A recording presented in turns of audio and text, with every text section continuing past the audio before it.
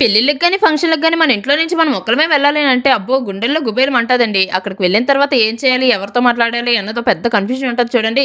లక్కీగా అయితే మాత్రం నేను వెళ్ళగానే అయితే మాత్రం ముచ్చట్లు పెట్టుకోవడానికి మనుషులైతే దొరికేసారండి. ఆ ముచ్చట్లో పడ్డాము అనంటే మాత్రం ప్లేట్ పట్టుకొని పావుగంటైనా, గంటైనా సరే మనకు టైం అయితే తెలీదండి. పెళ్ళిళ్ళకి గాని ఇలా వచ్చామనంటే మాత్రం సాంబార్ అన్నాన్ని అస్సలు మిస్ చేయకూడదండి. నిజానికైతే మాత్రం ఫస్ట్ లైన్‌లో పలావ్ కోసం ప్లేట్ పట్టుకొని నించున్నా సరే రెండోసారి ఎంచుకోవడానికి ఎళ్ళింది మాత్రం ఓన్లీ సాంబార్ అన్నం కోసమేననమాట. పెళ్ళిల్లో ఉండే సాంబార్ అన్నం ఉంటది చూడండి.